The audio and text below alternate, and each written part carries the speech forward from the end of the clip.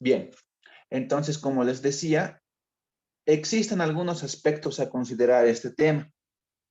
En primera instancia está lo que se denomina como el tipo y número de enlace para una partícula, no, mejor dicho, para una molécula. Para el ejemplo vamos a ver el siguiente problema, que dice lo siguiente. Para el ácido...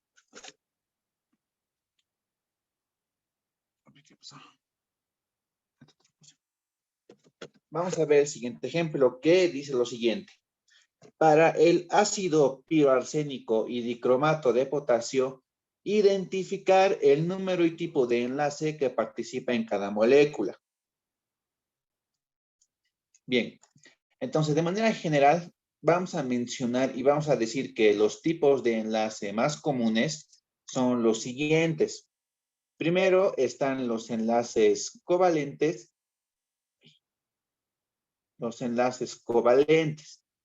Estos enlaces covalentes tienen una clasificación que pueden ser enlaces covalentes simples, que se representan con una línea, enlaces covalentes dobles, que como dice su nombre tienen dos líneas, los enlaces covalentes triples, que tienen tres líneas, y los enlaces covalentes dativos, que se representan con una flecha.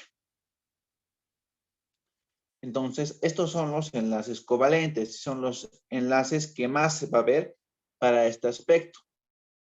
Por otro punto, tenemos los enlaces que son los enlaces iónicos. Estos enlaces iónicos simplemente se representan con puntos. Bien, entonces en cada tipo de molécula se pueden presentar estos enlaces y de manera común los enlaces iónicos son la unión de un metal con el oxígeno. Esto va a ser de manera común. Los enlaces dativos comúnmente son de un no metal con lo que es el oxígeno. Los enlaces triples, esto comúnmente simplemente se va a ver en el carbono. Los enlaces dobles y los enlaces simples puede ser de un no metal con lo que es el oxígeno. Entonces, como pueden ver, los enlaces simples, triples, dativos y dobles simplemente van a hacer referencia a lo que es un no metal con el oxígeno. Entonces, vamos a ver para esta parte, para el primer ejemplo que me dice que es el ácido piroarsénico. Entonces, recordaremos que el ácido piroarsénico tiene la siguiente estructura. Es de H4S2O4, ¿verdad? Este es el... no, estamos mal.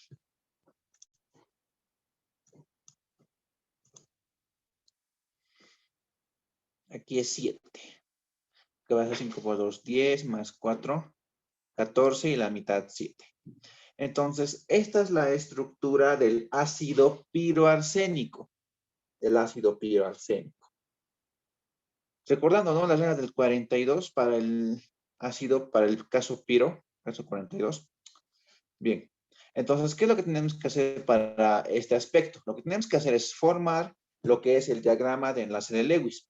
El diagrama de enlace de Lewis es esta molécula, pero desglosada en sus átomos más simples y unidos por determinados enlaces. ¿Y cuál es el primer paso para esto? Lo primero que tenemos que hacer es identificar el átomo central. El átomo central en la mayoría de las moléculas llega a ser lo que es la parte no metálica. Entonces aquí estamos viendo que tenemos de hecho dos átomos centrales, ¿no? Tenemos dos partes no metálicas de arsénico. Entonces aquí esto que me está diciendo, me está diciendo que yo tengo dos átomos centrales. Entonces, en base a estos átomos centrales, tenemos que distribuir ya sea los hidrógenos y también los oxígenos. Mayormente lo que se hace para esta parte es tratar de graficarlo de la manera más simétrica posible. Entonces, yo voy a ir viendo. El arsénico tiene en su último nivel energético lo que son 5 electrones, ¿ya? 5 electrones. Entonces, ¿cuántos electrones le falta para llegar a su octeto? Si tiene 5, le faltaría 3. Entonces, como le falta 3 electrones para llegar al octeto, cada arsénico va a tener lo que son 3 brazos para poder enlazarse con otro elemento. ¿Esto por qué? Esto es para que completen su octeto. Luego tenemos lo que es el oxígeno. El oxígeno en su último nivel energético tiene lo que son 6 electrones. Entonces, para llegar a su octeto, el oxígeno de manera general, aquí lo voy a colocar, va a tener lo que son 2 bracitos. Y por último, el hidrógeno tiene un único bracito o un único electrón para poder compartir o recibir. Bien, entonces vamos a hacer ese análisis y vamos a decir lo siguiente. Tengo que repartir 8 oxígenos. Entonces voy a colocar un oxígeno aquí, un oxígeno aquí, un oxígeno aquí, un oxígeno aquí y un oxígeno aquí. Pero tengo que ver aquí lo siguiente. Tengo que ver si al haber hecho este análisis se ha concretado lo que es el octeto para cada uno de estos átomos. Entonces, el enlace simple, ¿qué es lo que me está diciendo? El enlace simple de cada átomo me está diciendo que yo estoy compartiendo un electrón con el átomo con el que estoy unido. En este caso, por ejemplo, para esta parte, el arsénico está compartiendo un electrón con el oxígeno y el oxígeno de manera viceversa está compartiendo un electrón con este arsénico. Bien, entonces, recordando, les decía, ¿no? El arsénico tiene 5 electrones en su último nivel electrónico. Entonces, tiene 5 electrones. Entonces, como están compartiendo un electrón más por este enlace simple, va a tener 5, 6,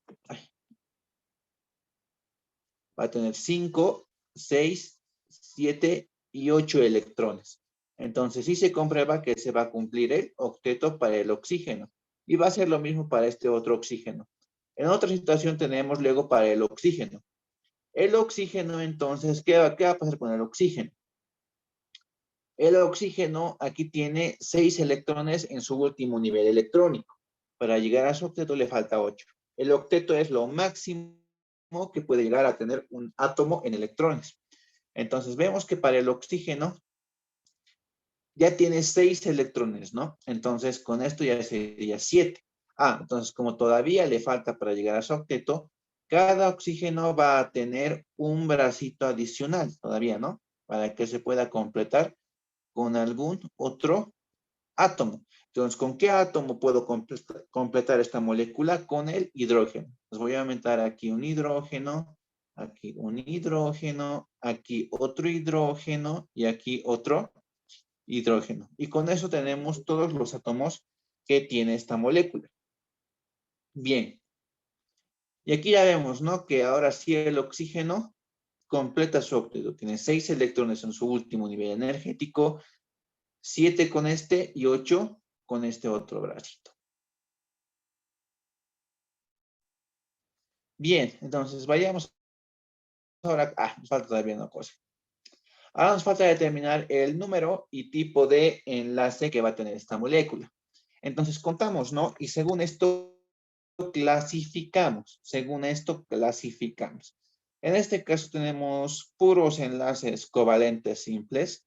Así que para hallar el número y tipo de enlace, lo que hacemos es simplemente contar. Tenemos 1, 2, 3, 4, 5, 6, 7, 8, 9 y 10. 10 enlaces. Entonces tenemos 10 enlaces covalentes simples. Entonces hacemos lo que es el mismo análisis con el otro elemento que nos dan, con el otro átomo, que es el dicromato de potasio. Entonces, como ya sabemos, el dicromato de potasio tiene la siguiente formulación. Potasio 2, cromo 2, oxígeno 7. Bien, entonces en este caso, nuevamente, ¿qué es lo que vamos a hacer? Vamos a hallar lo que es el átomo central. Entonces, hallamos el átomo central, que comúnmente es la parte no metálica diferente del oxígeno. En este caso, el átomo central es el cromo. Ahora vamos a hacer dos diagramas para que se entienda un poquito mejor, ¿ya? Dos diagramas. Entonces, meramente aquí tenemos, como ya se mencionó, tenemos lo que son dos cromos. Dos cromos. Ahora sí, el cromo en su último nivel energético tiene lo que son 6 electrones. Entonces voy a repartir aquí. Tengo aquí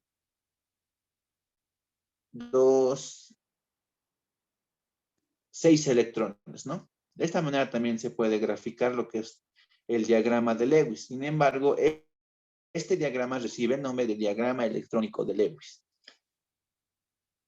Ahora hay que repartir lo que son los 8 oxígenos. Y con los 8 oxígenos, no, diré 7 oxígenos, perdón. Entonces tenemos aquí 1, tenemos aquí 2, mejor más aquí. Vamos repartiendo, ¿no? Lo que son los oxígenos. Aquí tenemos 2, 3, 4, 5, 6, 7. Ahora, con el oxígeno tenemos que hacer el siguiente análisis, ¿no? Nuevamente, igual que con el cromo. Tenemos lo que son, el oxígeno igual tiene, ¿no? 6 electrones en su último nivel energético. Entonces aquí tenemos los 6 electrones para cada uno de estos oxígenos. Esto es un poco moroso siempre.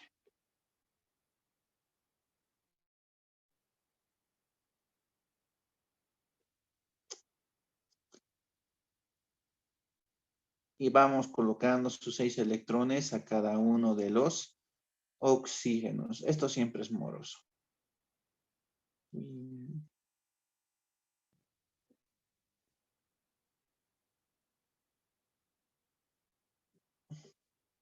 Ok, ya tenemos entonces todo ahí. Por último, tenemos lo que son los potasios. Los potasios que simplemente van a tener lo que es un solo electrón. Solo tienen para los metales, para determinar cuántos electrones va a tener, tenemos que fijarnos lo siguiente. Tenemos que ver y decir con qué carga, con qué valencia está el metal en el compuesto. En este caso vemos que el potasio está con carga de +1, ¿verdad? Está con carga de +1. Entonces, por ende, va a tener un solo bracito. Va a tener un bracito de este modo. Pero esto de forma iónica. Van a ser puntitos, porque el potasio es un metal. Entonces vemos que esto va a tener un solo electrón. Lo podemos colocar aquí y aquí. Vamos a colocar aquí y aquí. Bien. Ahora, esta es la representación más simple. Ay, me falta aquí todavía. Me falta este oxígeno. Che. Esta es una representación más simple de lo que puede ser el diagrama electrónico de Lewis. Sin embargo, debido a que se ve de esta manera, muchos no llegan a entender qué es lo que se está haciendo. Y de esa manera es como nace lo que es el diagrama de enlace, ¿no? El diagrama de enlace, que es lo que hemos hecho arribita. Entonces, vemos si hacemos lo mismo, pero ahora simplemente con los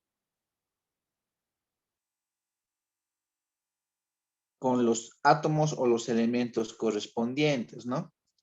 Y aquí tenemos potasio más, ¿qué más sería? Así, el potasio falta. El potasio aquí y el potasio aquí. Bien, entonces a partir de esto vamos a hacer lo que es el siguiente análisis. Hemos visto que el potasio siempre va a tener lo que es un enlace iónico o con puntitos con el oxígeno, ¿verdad? Esto va a ser, siempre va a ser así. Ahora sí, este oxígeno, como podemos ver aquí, ¿qué es lo que va a pasar aquí? ¿Qué es lo que va a ocurrir aquí? En primera instancia, como podemos ver esta parte, el oxígeno va a cumplir su octeto simplemente si comparte un electrón con el potasio y comparte un electrón con el cromo. Entonces ahí recién se va a formar lo que es el octeto. Entonces, de esta manera es que esto va a ser de esta manera. O también, como les he dicho, ¿no? El oxígeno tiene 6 electrones en su último nivel energético. Entonces, le falta 2 para llegar al octeto. Con esto se hace 7 y con esto se hace 8. Y lo mismo ocurre con todos los oxígenos. Pero aquí tenemos una situación. Y la situación ocurre con lo que es el cromo. El cromo tiene 6 electrones en su último nivel energético, ¿verdad? Tiene 6 electrones en su último nivel energético. Pero con esto ya tiene 7 y con esto ya tiene 8. Entonces, ya llegado a su octeto, ya no puede compartir electrones. Cuando hacemos lo que es en enlace iónico, en enlace doble, en enlace simple, en enlace triple, entonces, ¿qué es lo que está pasando? El átomo está compartiendo un electrón con el otro elemento y está recibiendo un electrón. Es por ese motivo que para cada átomo un brazo representa un electrón más, porque ese intercambio electrónico ocurre. El oxígeno le da un electrón al cromo y el cromo también le da a su vez un electrón al oxígeno.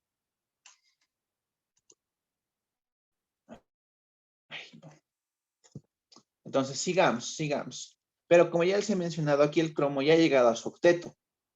Pero este oxígeno, estos 4 oxígenos que vemos aquí, todavía no han llegado a su octeto. Ya no tengo más átomos para distribuir. Entonces, ¿qué es lo que yo tengo que hacer ahora? Lo que yo tengo que hacer ahora es lo siguiente, o lo que puedo hacer ahora es lo siguiente. El cromo ya no tiene más electrones que puede dar. Ya no tiene más electrones que puede dar. Tampoco puede recibir más electrones porque ya ha llegado a su octeto, ¿verdad? Ya ha llegado a su octeto. Pero aquí el oxígeno todavía le falta lo que son 2 electrones para llegar al octeto. Entonces, lo que vamos a aplicar es el enlace covalente dativo. El enlace covalente dativo, ¿qué es lo que va a hacer? En el sentido de la flecha, el cromo le va a prestar 2 electrones a este oxígeno, pero el oxígeno no le va a prestar nada al cromo, no van a compartir nada. Solo el cromo le va a dar al oxígeno, pero el oxígeno no le va a dar nada al cromo. Es lo que representa el enlace dativo. Y se suele representar con una flecha o también en otros lados, en enlace dativo se suele representar con una línea recta y una línea al lado, pero esta línea en forma de puntitos o entrecortada. Esto por si checan la biografía, otros libros, ¿no? Otros libros. Pero mayormente se utiliza lo que son las flechas. Eso también se ve en el libro del ingeniero Montaño, que es el libro base que me ha dicho la ingeniera que van a usar, más que todo. Entonces, de esta manera es como se realiza este tipo de ejercicios. Otra situación también sería lo siguiente. Vamos a hacer después eso. Entonces ya tenemos hasta aquí. Ahora lo que tenemos que hacer es determinar otra vez el número y tipo de enlace. Entonces tenemos 1, 2, 3, 4. Entonces tenemos 4 enlaces covalentes simples. Luego tenemos 1, 2, 3, 4, 4 igual enlaces covalentes dativos. Y por último tenemos 1 y 2, 2 enlaces iónicos. Existe una situación más que puede presentarse aquí y es la siguiente.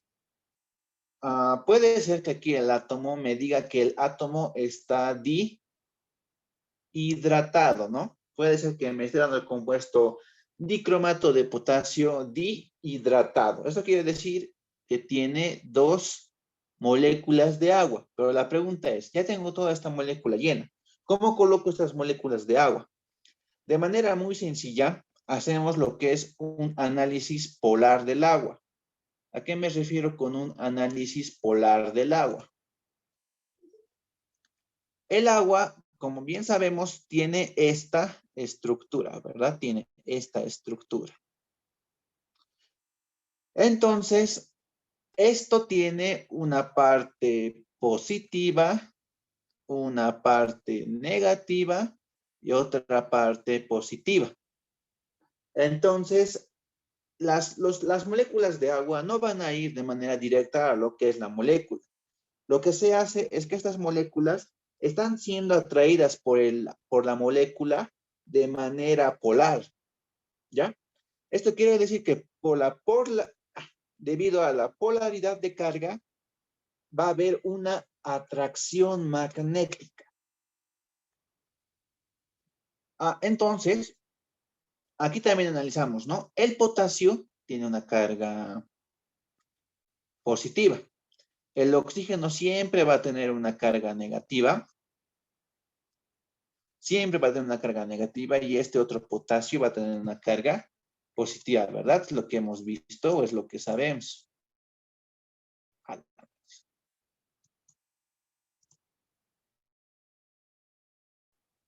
Ay, necesito otra idea. Voy a borrar esto para que no se confunda. Entonces, el oxígeno siempre va a tener una parte negativa y los metales la parte positiva. Bien, entonces aquí lo que yo puedo hacer es una simple atracción, ¿no? La parte negativa se va a atraer con la parte positiva o la parte positiva se puede atraer con la parte negativa. Entonces, ¿cómo yo puedo graficar eso? Muy simple. Vamos a decir lo siguiente. Podemos colocar, por ejemplo, aquí el agua. Aquí el agua. Esto está con positivo. Entonces lo que tengo que hacer es colocar la parte negativa de lo que es el agua. Entonces, esto de esta manera hay una atracción. Están unidos de manera electrostática, no de manera directa por un enlace. O también puedo colocar en esta parte, no puedo colocar en esta parte. Aquí lo coloco el hidrógeno, aquí el otro hidrógeno, aquí el oxígeno. Y nuevamente, ¿no? Hay lo que es esa atracción en esta parte, en donde esto es la parte negativa y los hidrógenos son la parte positiva. De esa manera es como suele colocar las moléculas de agua para graficar lo que es la atracción molecular. Bien, vamos a un siguiente ejercicio entonces. Del problema anterior surge lo que es este problema. Este problema dice lo siguiente. El momento dipolar del amoníaco es de 4,47 por 10 a la menos 34 coulomb por metro. Es coulomb por metro. Determine el porcentaje. Aquí debe ser de enlace covalente, debe ser. El porcentaje, no, es el porcentaje covalente del amoníaco. Entonces, ¿qué es este momento dipolar? Este momento dipolar simplemente es una carga, no, es la relación que existe entre la carga y la distancia existente. Aquí me falta un dato, che. No me había dado cuenta. ¿Dónde está? Voy a revisar un poquito. Aquí falta un dato, che, si no, no vamos a poder resolver.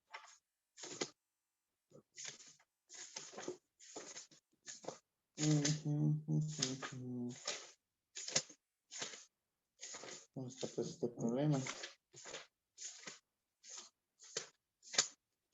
¿Cuánto es ahora pues la distancia de...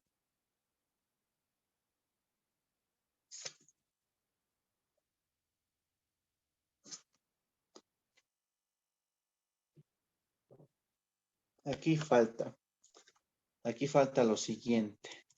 Ay. Aquí falta y... A ver. y el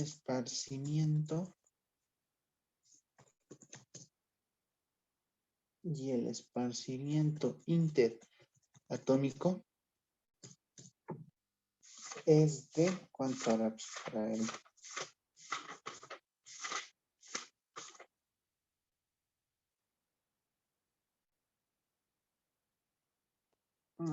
Que sea 120 picómetros. Que sea 120 picómetros. Entonces, perdón por eso. Nos faltaba ese dato. Bien. Entonces, hagamos el análisis. De manera simple, lo que vamos a analizar es lo siguiente. Vamos a analizar lo que son dos partes de lo que es la molécula, o dos simples átomos, ¿no? Dos simples átomos. Entonces, ¿esto qué me está diciendo? El esparcimiento interatómico dentro de una molécula es la distancia que existe de un átomo a otro. En este caso es de 120 picómetros. Esta distancia es lo que es este esparcimiento interatómico. Nada más.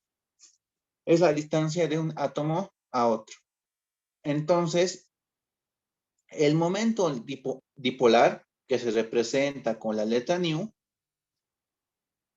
va a ser igual, según el problema, a 4,47 por 10 a la menos 30 coulomb por cada metro.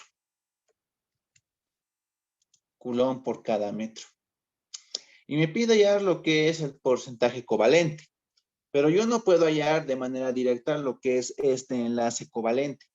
Lo que yo puedo hallar más bien es el porcentaje iónico. Es el porcentaje iónico.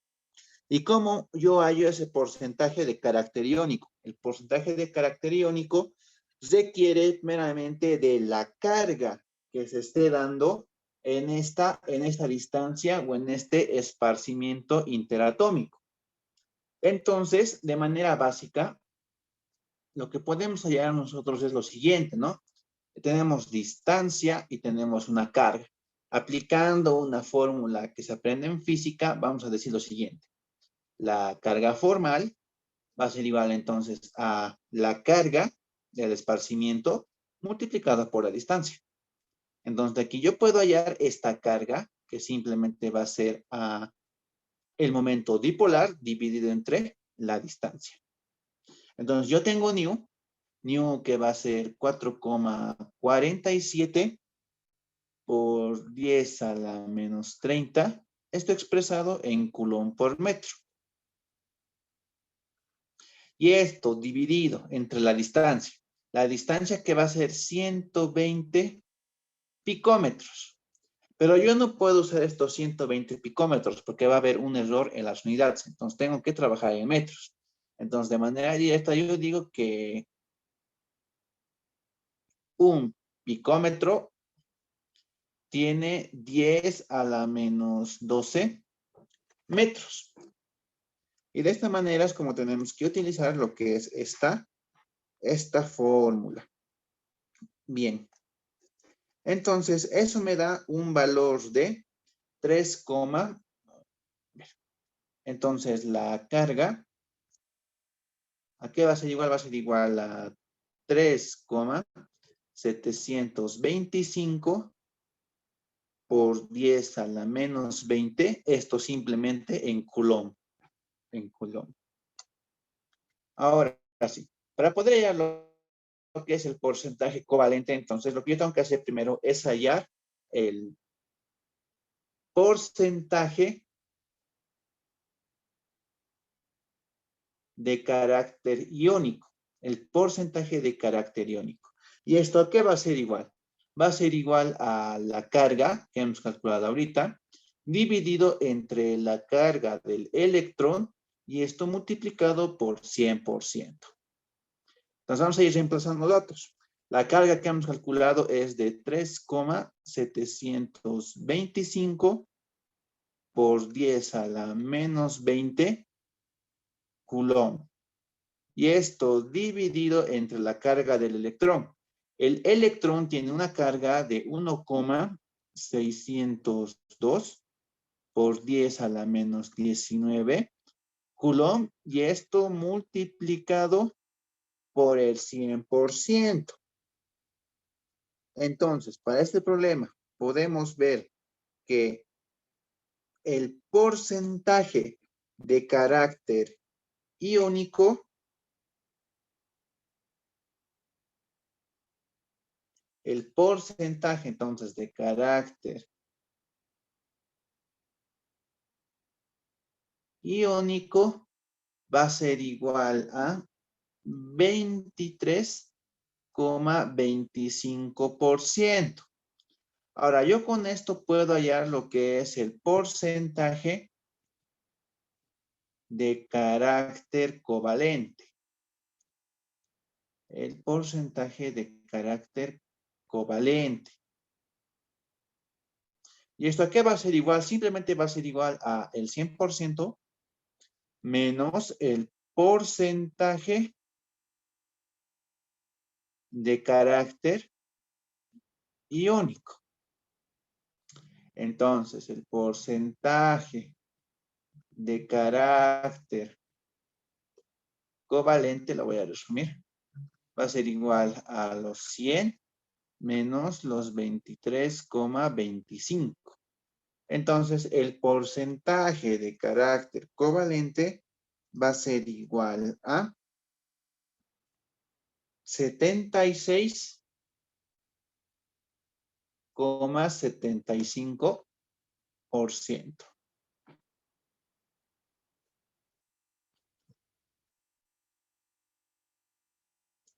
Bien, eso es todo. De manera general, toda molécula tiene dos tipos de caracteres o de uniones atómicas. Como ya hemos visto, por una parte están los enlaces covalentes, que pueden ser simples, dobles, triples o dativos. Y por otro lado está el enlace covalente iónico. Es por ese motivo que toda molécula, o la mayoría, no, sí, toda molécula tiene un carácter iónico y tiene un carácter covalente. Y en mayor medida, el carácter covalente va a ser mayor siempre a lo que es el carácter iónico. Esto puede cambiar en caso de que el tipo de molécula que estemos analizando sea un átomo que esté enlazado con el oxígeno. En este caso estamos viendo que, de principio, ¿no? Esta molécula va a tener automáticamente un enlace covalente. Entonces, por ende, su carácter covalente también va a ser mayor, pero va a poseer un carácter iónico en una menor medida. Bien. Vayamos con otro ejercicio entonces. El siguiente ejercicio dice lo siguiente. Para el monóxido de carbono con carga -1, hallar el orden de enlace, orden de llenado y carácter magnético según la teoría del orbital molecular TOM, si sigue a la molécula de oxígeno. Bien. Dentro del estudio de lo que es los orbitales moleculares, han surgido más que todo dos estructuras o dos moléculas a seguir. La primera es la del oxígeno, que es la más importante, y la segunda es la del nitrógeno. Sin embargo, en muchos casos la del nitrógeno no se toca, no se suele ver, debido a que puede haber confusión en lo que es el desarrollo de los orbitales o la continuidad que sigue, ya que el nitrógeno tiene una continuidad diferente a la del oxígeno. Bien, entonces vamos a ver cómo se realiza este análisis. Primeramente, ¿qué es lo que tenemos que hacer? Tenemos que hallar para este átomo, o tenemos que determinar cómo va a ser el orden de llenado. Entonces, para eso, yo voy a decir lo siguiente. El orden de llenado establece lo siguiente, o la teoría de los orbitales moleculares establece lo que sigue a continuación. Me dice que cada electrón enlazante, es decir, cada electrón que sea capaz de formar un enlace, tiene su opuesto, que es un electrón o un enlace anti-enlazante. Estos electrones antienlazantes son capaces de generar o de eliminar la existencia de una determinada molécula. Y vamos a ver cómo se desarrolla esto. Siempre iniciamos con lo que es el orbital 1s. Pero esto tiene su opuesto, que es el orbital 1s asterisco o el 1s antienlazante. Luego tenemos el orbital 2s, pero este también tiene su opuesto, que es el 2s antienlazante. Luego tenemos lo que son los orbitales PY, PX, PY y PZ. Entonces, el orbital PX es lo que continúa, es lo que sigue a continuación, pero todavía no entra en acción su opuesto, que sería el antienlazante. Aquí entra un enlace 2PY doble 2PZ. Y en esta parte es como un espejo. Entonces, como es como un espejo, aquí va a entrar lo que es el orbital 2PY antienlazante, doble enlace 2PZ antienlazante. Y recién viene el opuesto del 2PX. Recién viene su contrario. Y así podemos seguir sucesivamente hasta llegar al infinito. Entonces, esto es la teoría del orbital molecular siguiendo lo que es la teoría del oxígeno. Entonces, aquí, ¿qué es lo que va a haber? Aquí lo que se va a estudiar generalmente son las casillas cuánticas. Por cada uno de los orbitales hemos dicho que existe una casilla cuántica. Entonces, todos estos elementos van a tener una casilla cuántica, pero en este apartado se van a tener lo que son dos casillas cuánticas.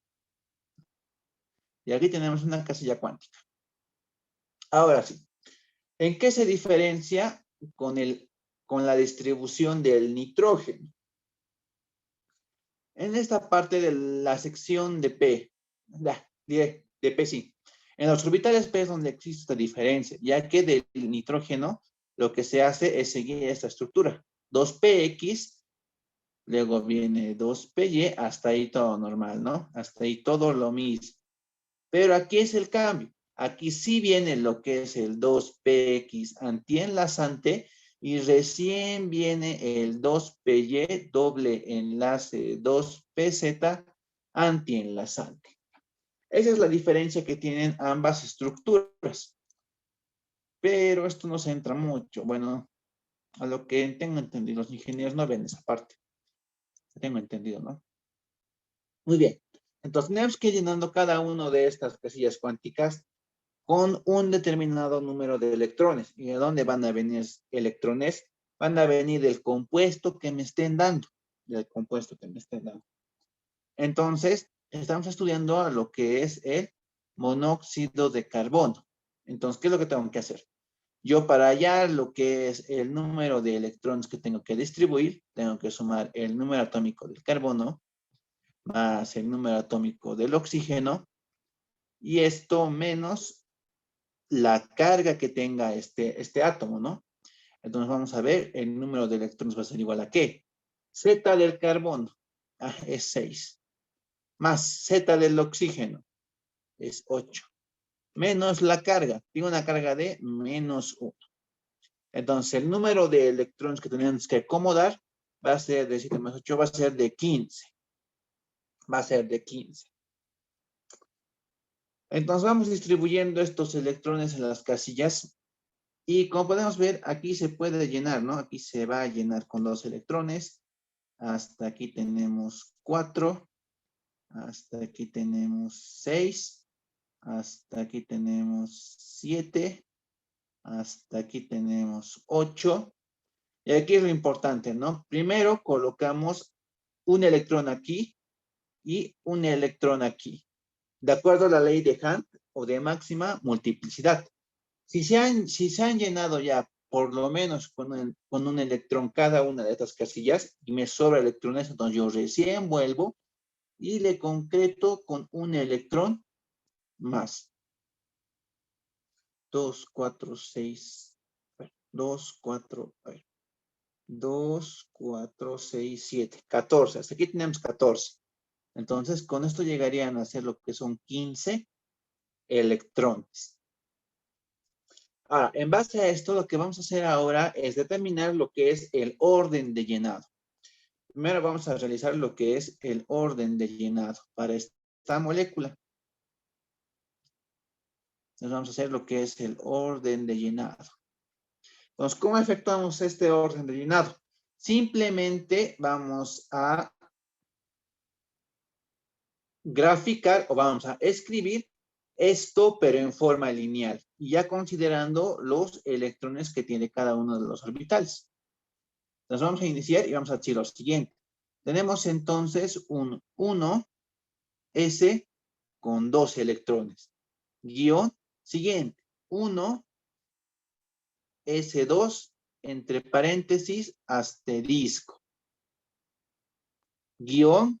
Vamos al 2s. Tenemos 2s2. Guión. Ahí. Hasta bien. Guión 2s2, pero esto es antienlazante. Guión 2p2, pero este es 2px con 2 electrones. Guión, ahora sigue el 2py con 2 electrones igual. 2pz con 2 electrones, ¿no? Por esta parte, por esta parte. Cada una de las casillas están llenas. Seguimos entonces, nos falta y continuamos con el 2py, doble enlace 2pz. Entonces aquí tenemos un electrón, pero esto ya va a ser antienlazante. Esto ya va a ser antienlazante. Entonces hasta ya tenemos lo que es el orden de llenado siguiendo la teoría del orbital molecular. Ahora, vamos a ver lo que es el carácter magnético. El carácter magnético en este caso se cumple como en la parte de configuración electrónica, ¿ya? Entonces yo analizo estas casillas cuánticas de esta parte. Necesito otro puntero, creo. De esta parte. Entonces, ¿qué es lo que yo voy a hacer? Yo voy a ver y voy a decir, ¿alguna casilla cuántica tiene un electrón? Sí, sí tiene, ¿no? En esta parte podemos ver que sí. Hay un solo electrón. Entonces, como tiene un solo electrón que está solito, esto es de carácter paramagnético. Es de carácter paramagnético. Si todas estas casillas cuánticas que estamos viendo aquí, estas estrellitas, están llenas, entonces quiere decir que es de carácter diamagnético. Por último, vemos lo que es el orden de llenado. Diré el orden de enlace. Y a partir del orden de enlace vamos a sacar otra conclusión. Bien, entonces el orden de enlace, ¿a qué va a ser igual? Va a ser igual a el número de electrones enlazantes menos lo que va a ser el número de electrones antienlazantes. Todo esto dividido entre 2. Entonces ahora vamos a ver lo que son los electrones enlazantes y lo que son los electrones antienlazantes. Entonces lo que tengo que hacer aquí es simplemente una suma, ¿no? Todos los orbitales que estén sin el asterisco son electrones enlazantes. Entonces yo cuento, tengo 2, 4, mejor ahora sí. Tengo 2, tengo 4, 6, 8 y 10. Entonces tengo lo que son 10 electrones enlazantes. Y esto menos el resto de electrones o los orbitales que tienen asterisco. Aquí tenemos entonces 2, tenemos 4 y tenemos 5. Tenemos 5. Entonces aquí lo que tenemos son 5 electrones antienlazantes. Y esto va a ser entonces dividido entre 2. Y eso me va a dar un valor de 2,5. Y ese es el orden de enlace. Puede ser que me pidan aquí determinar si la molécula existe o no existe según la teoría del orbital molecular. Entonces, ¿yo cómo determino eso?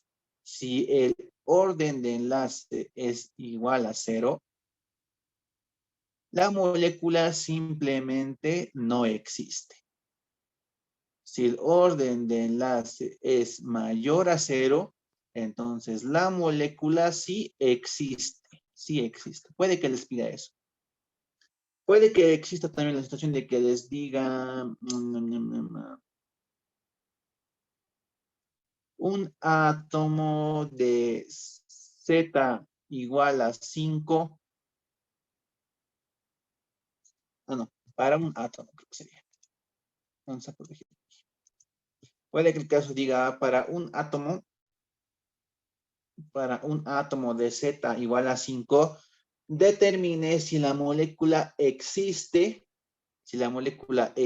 como diatómica. Entonces, ¿qué me está pidiendo hallar? Me está pidiendo hacer todo esto, pero para un compuesto que sea, para un átomo X que sea, ¿no? Para un átomo X, digamos que es un átomo X de Z igual a 5. Entonces, me está pidiendo hallar todo esto, pero para un átomo de este tipo. Entonces, si eso es así, el número de electrones va a ser igual a 2 veces el número atómico que me den. En este caso va a ser 2 por 5, 10.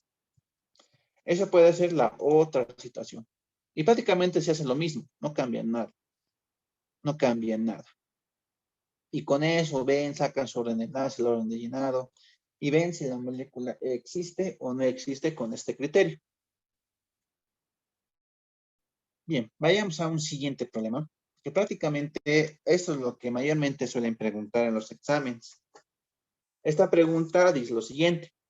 Para la reacción metano con oxígeno gas, y esto me da acetileno, monóxido de carbono e hidrógeno gas, determinar si es exotérmica o endotérmica, si las energías de enlace promedio son en kilojoule mol y no me da los valores, ¿no? Entonces, para este apartado, lo principal o lo primordial es poder formular la ecuación química en primera instancia, ¿no? En primera instancia, la ecuación química. Entonces, para este caso, la ecuación química va a ser metano más oxígeno gas, y esto me va a dar acetileno más monóxido de carbono, y esto más hidrógeno. Ah, no, no es monóxido de hidrógeno. Me estoy equivocando. Más monóxido de carbono y más hidrógeno gas. Bien. Ahora sí, lo que nosotros tenemos que hacer estoy poniendo agua.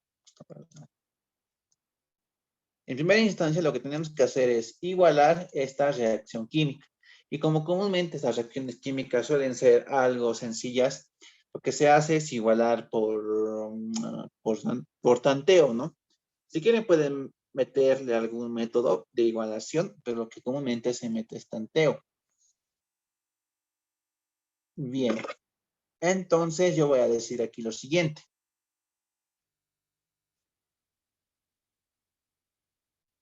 Yo voy a decir que, a ver, aquí con 4 igualará.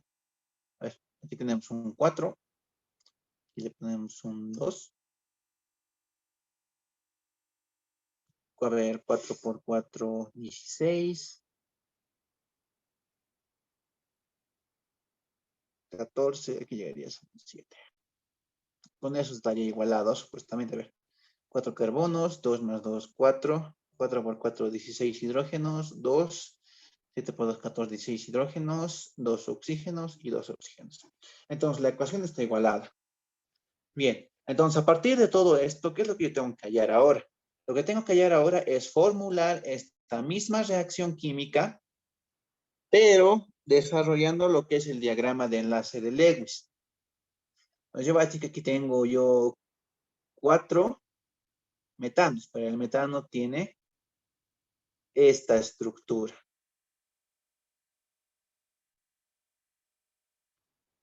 El metano tiene esa estructura.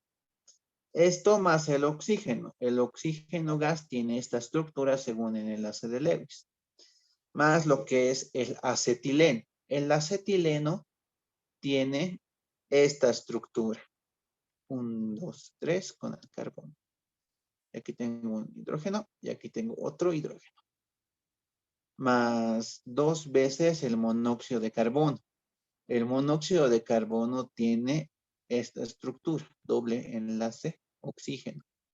Y más 7 veces el enlace de hidrógeno gas, que esta es la estructura según el diagrama de Lewis. Muy bien. Entonces ahora lo que yo tengo que hacer es lo siguiente. Tengo que hallar y determinar el número y tipo de enlace que tengan cada uno de estos átomos. No, diré cada una de estas moléculas. En el primer caso, entonces vamos a hallar lo que es un delta H, un delta H1. No, una energía 1, que es la energía de los reactivos. Una energía de los reactivos. Entonces yo cuento. Aquí tengo un 4 por delante. Entonces digo 4 multiplicado por. Entonces tengo 1, 2, 3, 4 multiplicado por 4 veces la energía del enlace carbono-hidrógeno. Más una vez la energía del enlace oxígeno doble con oxígeno. Entonces, esto aquí va a ser igual. Va a ser a 4 veces el enlace carbono-hidrógeno, ¿verdad? El enlace carbono-hidrógeno es 413. Esto más el enlace oxígeno doble con oxígeno, que es 495. Entonces, eso me da un valor de 2147. Esto expresado en kilojoule por cada mol. Ahora sí, hago el mismo análisis para lo que es una energía E2, pero esta energía E2 es una energía de los productos. Entonces aquí yo tengo 1, 2, tengo 2 veces el enlace carbono-hidrógeno. Esto más una vez el enlace carbono triple con carbono. Esto más 2 veces el valor del enlace carbono doble con oxígeno. Y esto más 7 veces el valor del enlace hidrógeno-hidrógeno. Entonces, para la energía E2 tenemos 2 veces el valor del enlace carbono-hidrógeno, que es 413. Esto más una vez el valor del enlace carbono triple con carbono, que es 839. Y esto más 2 veces el enlace carbono doble con oxígeno, que es 799 según los datos. 799 y esto más 7 veces el enlace hidrógeno con hidrógeno. Y según esto, eso es un valor de 436. Entonces, según los datos, el valor de la energía que se requiere para este proceso o que se formará de la reacción va a ser igual a 6.315 y esto expresado en kilojoule por cada mol. Entonces, ahora lo que yo tengo que hacer es hallar una variante, una variación o el cambio de entalpía, su cambio de energía es como se suele llamar. Este cambio de entalpía entonces va a ser igual a la energía de los reactivos menos la energía de los productos. Entonces esta va a ser igual a 2147 menos 6315. Entonces el cambio de entalpía para este problema va a ser igual a menos, esto va a ser menos 4168 Esto expresado en kilojoule por cada mol. Y ahora con esto lo que tenemos que hacer es un análisis. Un análisis. Entonces, ¿cómo va a ser este análisis? Este análisis dice lo siguiente. Si mi delta H de la reacción es positivo, la reacción es endotérmica. La reacción es endotérmica. Si mi delta H es negativo, la reacción es exotérmica. En el caso de que sea positivo y la reacción sea endotérmica, ¿esto qué me está diciendo? Me está diciendo que para que ocurra la reacción que tenemos aquí,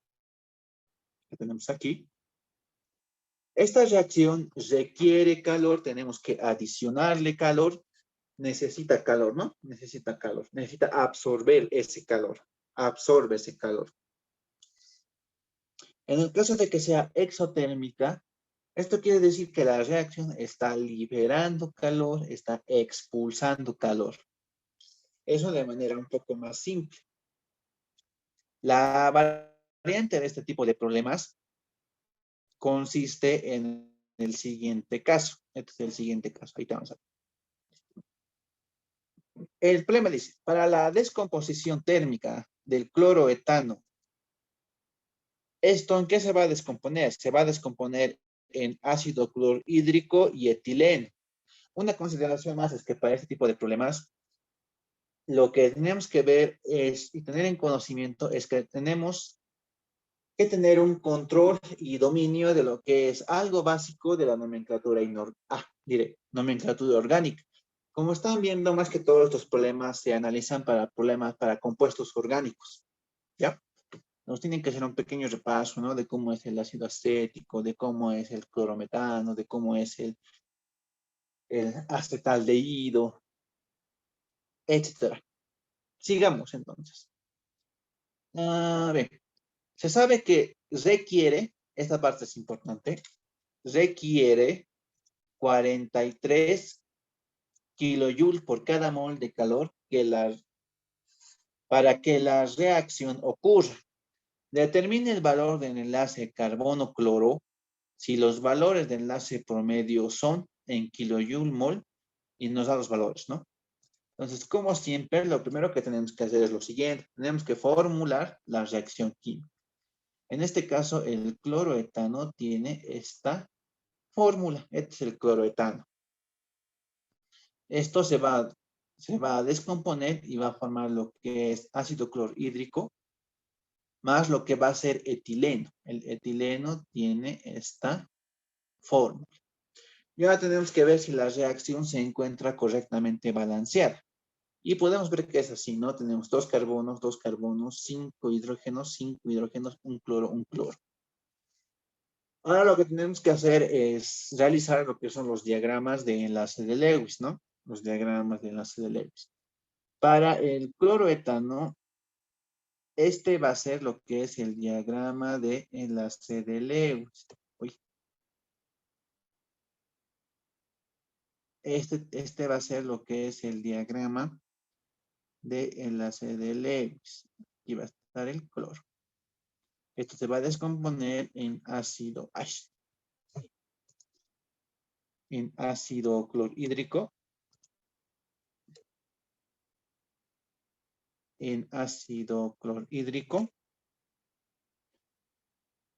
y en eteno. El eteno que tiene esta formulación. ¿Cómo era la función? Así, era así, doble enlace, así y así. Bien.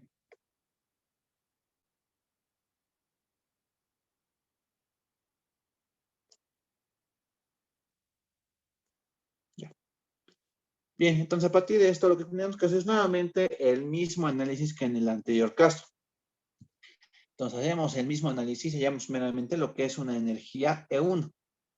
Una energía E1. Entonces, tengo que contar, ¿no? Tengo que contar. Tengo 1, 2, 3, 4 y 5. Aquí lo que tengo son 5 enlaces carbono hidrógeno en total, ¿ya? Esto más un único enlace carbono-cloro. Entonces, esto lleva a decir lo siguiente, 5 veces lo que es el enlace carbono-hidrógeno. Entonces va a ser 5 multiplicado por el enlace carbono-hidrógeno, que es 414. Y esto más el valor del enlace carbono-cloro. Pero eso es lo que me está pidiendo hallar el problema. Determine el valor del enlace carbono-cloro. Entonces yo a esto le voy a dar un valor de X. Entonces, ¿qué es lo que yo voy a tener aquí? Yo voy a tener que esto va a ser igual a 2070 más X, que es lo que yo quiero hallar. Y esto va a ser una ecuación 1. Entonces, tengo que hallar lo que es otra ecuación, ya que hasta este punto no conozco cuánto vale E1 y tampoco conozco cuánto vale X.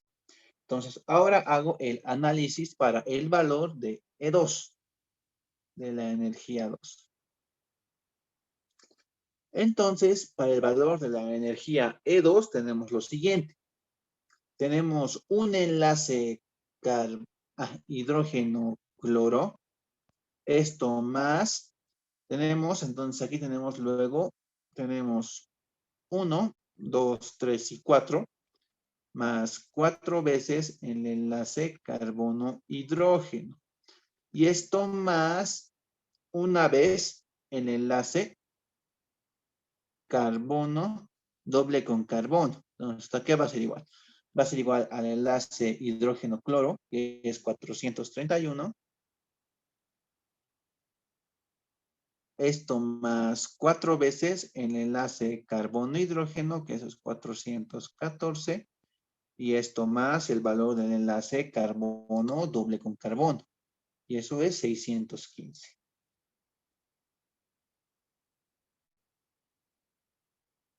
Entonces, para este punto tenemos que el valor del enlace T2 va a ser igual a 2702 y esto en kilojoule mol. Bueno, en kilojoule nomás. A veces deben colocar en kilojoule o en kilojoule mol, pero ya depende de cada uno. Ya tenemos hasta aquí E1 y E2. ¿Y qué relación tenemos nosotros? Tenemos que el cambio de entalpía va a ser igual a E1 menos E2.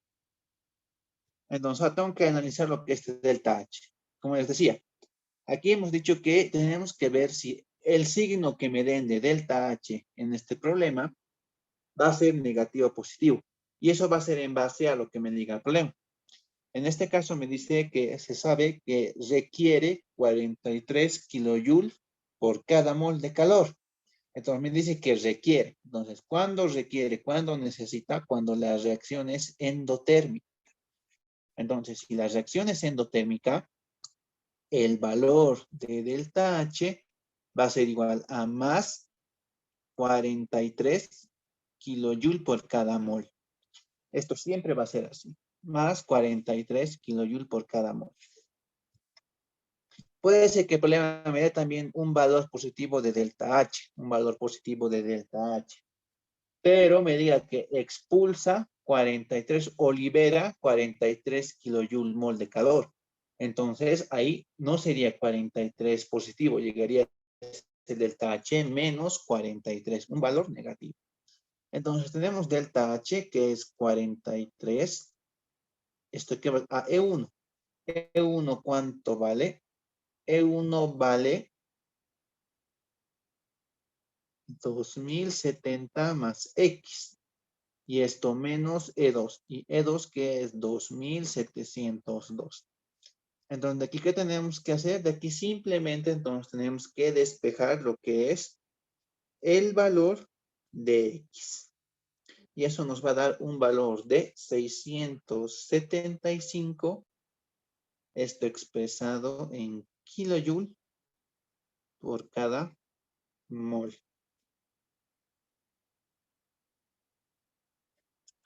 Hasta esta parte, ¿hay alguna pregunta, alguna consulta, algo que tal vez no esté claro?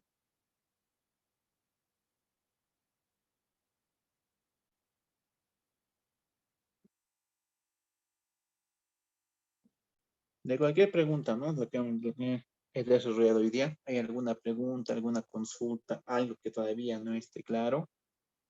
Ujú.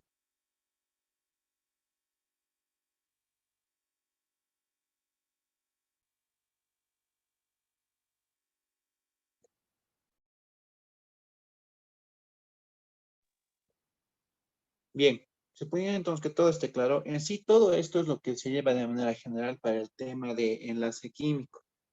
Ahora vamos a entrar al siguiente tema, que el tercer tema del avance es igualación de ecuaciones. Entonces, para la parte de igualación de ecuaciones, vamos a ver más que todo cuatro métodos. El primer método, que es número de oxidación. El segundo método, que es el método redox. El tercero y el más conocido, el método ion-electrón. Y por último, lo que es el método algebraico. Vamos a empezar entonces con el primer método. Y para esta parte siempre lo más importante para este tema es que dominen más que todo lo que es la nomenclatura inorgánica. La nomenclatura inorgánica es clave para este apartado. Entonces vamos a ver qué me dice la siguiente cuestionante. La siguiente cuestionante me dice lo siguiente. Por número de oxidación, iguale la reacción. Y me dice que esto de cloruro crómico, peróxido disulfato de potasio más agua. Y eso me va a dar cromato de potasio, ácido sulfúrico, cloruro de potasio y ácido clorhídrico. Bien, entonces vamos a desarrollar eso. Vamos a desarrollar esto. Y vamos a ir por pasos, ¿no? El paso uno para toda situación siempre es formular la ecuación química. Siempre es, más adelante, se va a volver primordial formular e igualar la ecuación química. Este tema es prácticamente como el corazón de la materia, ya que esto no solo se va a usar ahora, se va a usar para los temas posteriores. Bien, entonces ahora vamos a igualar. Entonces tenemos primeramente la formulación que dice que es cloruro crómico. Este es el cloruro crómico más el peróxido disulfato de potasio. El peróxido disulfato de potasio que tiene esta fórmula. Y esto más agua. Esto me va a dar, dice, cromato de potasio. Cromato de potasio. Esto más ácido sulfúrico. Y esto más cloruro de potasio. Y esto más ácido clorhídrico. Pues ya tengo la formulación. Y ahora lo que tengo que ver es lo siguiente. ¿Qué elementos van a cambiar su estado de oxidación? En primera instancia, tengo que analizar cada uno de los átomos que están en la reacción. Y yo digo, el cromo, iniciamos con el cromo. El cromo aquí tiene una valencia de +3. ¿Está cambiando en algún punto? Sí, está cambiando aquí con el cromo +6. Entonces ya tenemos identificado al primer elemento que está cambiando su estado de oxidación. Vamos al cloro. El cloro tiene una valencia de -1 en este compuesto. En algún punto cambia esta valencia. Aquí tiene -1 y también aquí tiene -1. Entonces no hay ningún cambio. El potasio tiene una carga de +1 y se mantiene con +1. No hay ningún cambio. El azufre. El azufre. El azufre en sí aquí tenemos que ver y decir lo siguiente. ¿Con qué carga está aquí el azufre? ¿Con qué carga está aquí el azufre?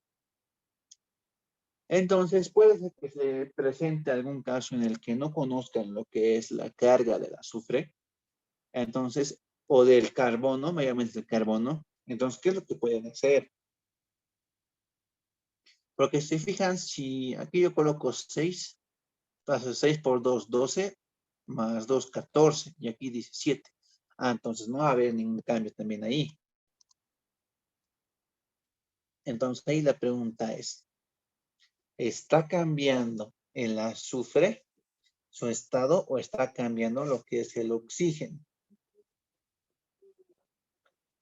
Bien. Entonces yo puedo considerar aquí que el oxígeno, o si quieren podemos considerar el peróxido,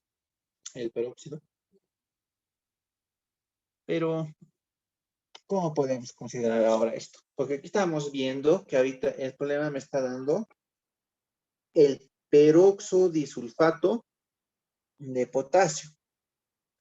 Entonces ya por una parte el peróxido ya me está teniendo que dar una idea de qué es lo que está pasando con este compuesto.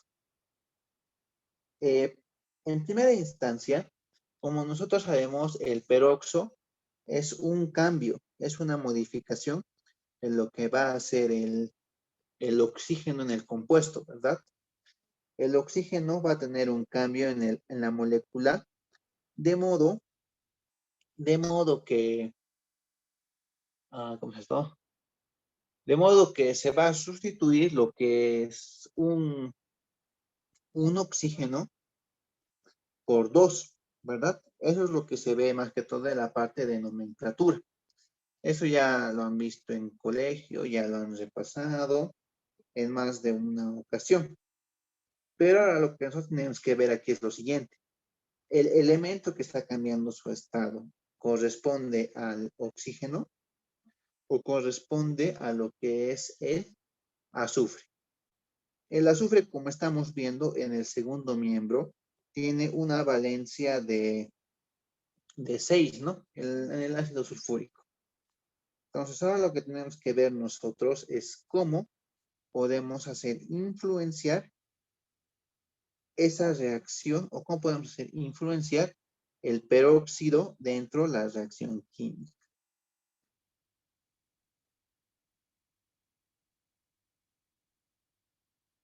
¿O me he equivocado en nomenclatura? No creo que me haya equivocado ahí.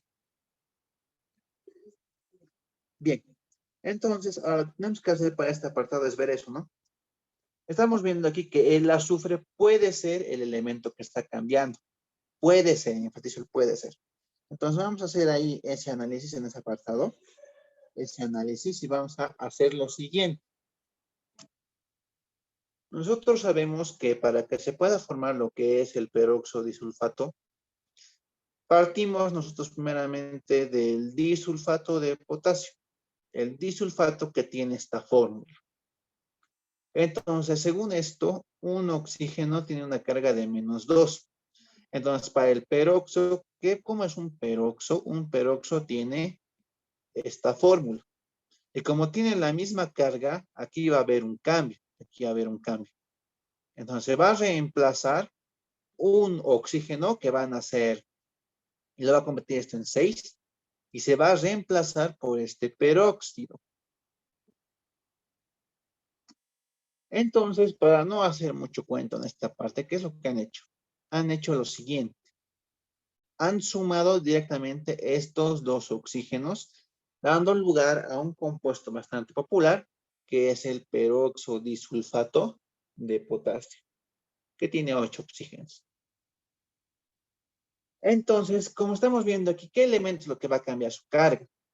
Va a cambiar aquí lo que es esto va a cambiar. Esto es lo que está cambiando su carga. Entonces, tenemos que ver y decir lo siguiente. Está cambiando de oxígeno 2 con carga -2, todo esto. Está cambiando a oxígeno, a este oxígeno, pero que este oxígeno tiene simplemente una carga de -2. Eso es lo que está ocurriendo en primera instancia. Bien. Entonces, ahora lo que tenemos que hacer aquí. Ay, tengo que bajarlo, che.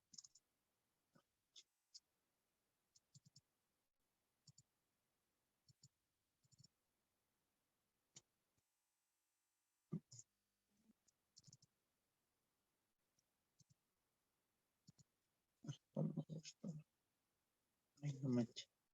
Ah, ya que no se puede bajar. Ah, Bueno, vamos a hacer esto aquí entonces. Entonces, meramente vemos que el cromo está pasando de 3 a 6. ¿Cuánto es la distancia o diferencia? Son 3 electrones, ¿verdad? 3 electrones. Ahora, este es el caso.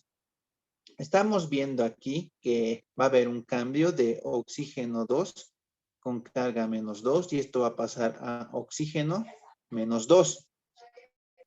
Entonces, lo que tengo que ver es lo siguiente. ¿Cuántos electrones va a intercambiar?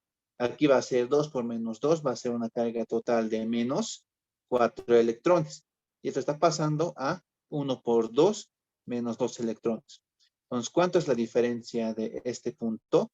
De menos 4 a menos 2 hay una distancia de 2 electrones. Entonces, este problema está intercambiando lo que son 2 electrones. Ahora, el método de número de oxidación lo que me dice es lo siguiente, intercambia aquí, intercambia aquí. Entonces, este 2 se va a convertir en un coeficiente para esta parte y este 3 se va a convertir en un coeficiente para esta parte. Y en base a esto tenemos que igualar el resto de la ecuación. Pues tenemos dos cromos, aquí van a ver lo que son dos cromos. Aquí tenemos 3 por 2, 6 potasios. No, a ver, un cacho. Tenemos 2 por 3, 6 potasios, 2 por 2, 4, y con esto 2 completamos la ecuación. Luego tenemos 3 por 2, 6 azufres, con este 6 tendríamos que igualar la ecuación. Luego completamos oxígenos, ¿no? 3 por 8 tenemos 24 oxígenos en este lado. Ah, no, nos conviene completar hidrógenos. Aquí también la recomendación es que dejen para el final la igualación de oxígenos. Entonces tenemos 6 por 2. Ay, no, a ver cómo estamos. A ver, cloros. 2 por 3 tenemos 6 cloros. 2 más, aquí son 2, ¿no? Ahí se completan los cloros. Luego, ¿qué más tenemos? Tenemos luego 6 por 2, 12. 12 más 2, 14. La mitad van a ser 7 oxígenos. Ah, no, ¿cómo estamos? 6 por 2, 12. Sí, pues ese sería, ¿no? 2. Ah, no, pues. Ay, aquí estoy mal. Aquí estoy mal. Estoy confundiendo. Aquí no van a ser, pues, 2. Ay. Aquí no van a ser, pues, aquí 2. 2 cloros. Aquí van a ser 4. Y van a ser 4. Entonces aquí va a ser 6 por 2, 12 más 4, 16. La mitad va a ser 8. Entonces tenemos aquí lo que es 3 por 8, 24 oxígenos en el primer miembro. 24 oxígenos más 8 es una verdad 32. Ahora tengo que tener 32 en el segundo miembro. 2 por 4, 8 más 6 por 4, 24. Sí, la reacción está igualada. Pero como han visto, hemos hecho un desastre. Hemos hecho un desastre. Entonces, lo que siempre se recomienda es volver a copiar toda la ecuación química, dando como solución que ese es el resultado final. Entonces, al final tenemos 2 cromos con cloro 3 más 3 peroxodisulfatos de potasio más 8 aguas. Y esto me va a dar 2 cromatos de potasio. Esto más 6 ácidos sulfúricos. Esto más 2 cloruros de potasio. Y esto más 4 ácidos clorhídricos. Bien. Ahora, para esta parte, ¿hay alguna pregunta, alguna consulta, algo que tal vez no esté claro en este ejercicio?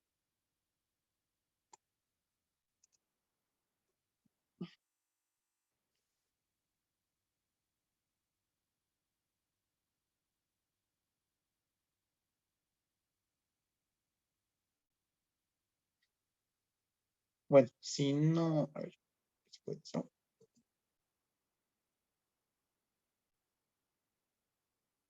Ya, bien. Entonces, chicos, eso sería todo por la clase del día de hoy y continuaríamos la siguiente semana con el avance. Ah, coloquen, por favor, apellidos y nombres en el chat para controlar la asistencia, ¿ya? Para, para ver quiénes vienen. Tengo que entregar el informe al ingeniero siempre. Apellidos y nombres, por favor, en el chat antes de que lo cierre la sesión.